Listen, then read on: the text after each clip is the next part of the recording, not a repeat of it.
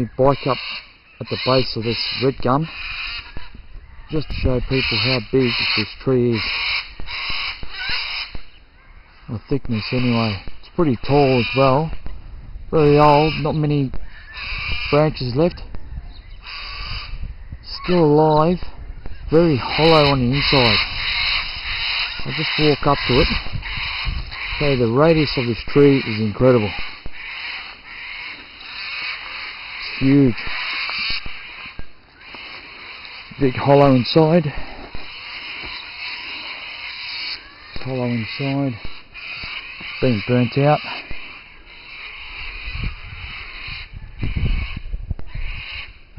Burnt out. This tree is absolutely gigantic. Amazing the size of it. Historic. It's hundreds and hundreds of years old. Colour. How it's rotted away there, then it's grown around it. Grew around it. Just absolutely amazing. Very unique. It's probably one of the oldest trees in this whole area, still surviving. Only just though.